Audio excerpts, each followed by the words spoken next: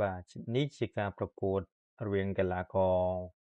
ភក្តីគុណខ្មែរកីឡាករបង្គោលក្រហមជួបជាមួយនឹងកីឡាករមកពីប្រទេសចិនកីឡាករវ៉ៃយ៉ាង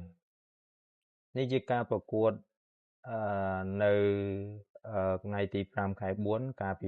2026កន្លងផុតឥឡូវភក្តីគុណខ្មែរកំពុងតែយកព្រៀបកំពុងតែដើរចូលទៅរកកីឡាករចិនគឺវ៉ៃយ៉ាងអោបឡើងជង្គង់មួយត្រូវភក្តីរុញទៅក្រោយបាសជើងមួយទៅហើយភក្តីដើរចូលទាត់ឆ្វេងមួយសំទោសទាត់ស្ដាមមួយទៅលើវ៉ៃយ៉ាងទាត់ក្រោមវ៉ៃយ៉ាងដើរឆ្វេងស្ដាមទៅលើភក្តីបាទកែងបុកពីវ៉ៃយ៉ាងភក្តីចូលរះតែមិនចំហើយគោដើមបាទវ៉ៃយ៉ាងទាត់ក្រោមភក្តីវត្តកាប់ចានមួយស្ដាមទៅលើវ៉ៃយ៉ាងតែអត់ត្រូវវ៉ៃយ៉ាងថយក្រោយបាទវ៉ៃយ៉ាងថយប៉ុន្តែថយមិនមែនថយកិច្ចទេគឺថយដើម្បីវាយបកទៅលើភក្តីវិញភក្តីអោបវ៉ៃយ៉ាងអោប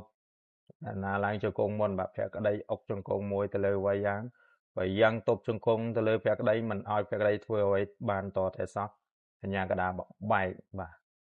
បន្តការប្រកួតថ្មីវ៉ៃយ៉ាងធាក់មួយជើងឆ្វេងទៅលើភក្តីទាត់ក្រោមស្ដាំពីវ៉ៃយ៉ាងភក្តីកែងបុកមួយពីវ៉ៃយ៉ាងអូទៅហៅបាទភក្តីខឹងហើយក្តៅហើយចូលបុកយកតែម្ដងបាទកែងមួយពីវ៉ៃយ៉ាងទៀតភក្តីនៅតែព្យាយាមចូលបាទធាក់មួយជើងពីវ៉ៃយ៉ាងបុកអូ